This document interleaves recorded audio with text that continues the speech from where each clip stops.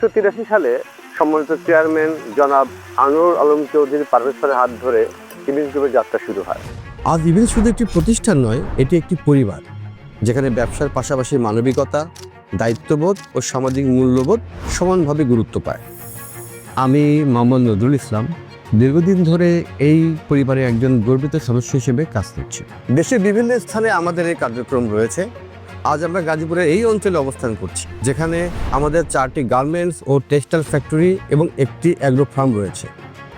আমরা বিশ্বাস করি এই প্রতিষ্ঠান শুধু 4 দেয়ালের মধ্যে সীমাবদ্ধ নয়, এলাকার মানুষের জীবনমান উন্নত করাই প্রকৃত সাফল্য।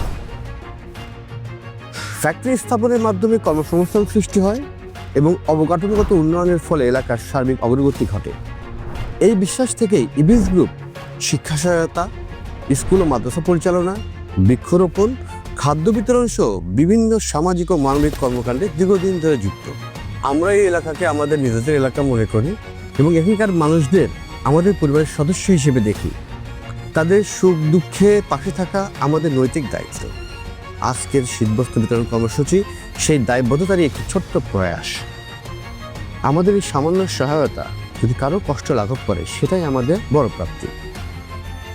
পরিশেষে সবাইকে আন্তরিক ধন্যবাদ। আমরা ভবিষ্যতেও আপনাদের সঙ্গে এগিয়ে যেতে চাই। সবাই সুস্থ থাকুন, ভালো থাকুন। ধন্যবাদ।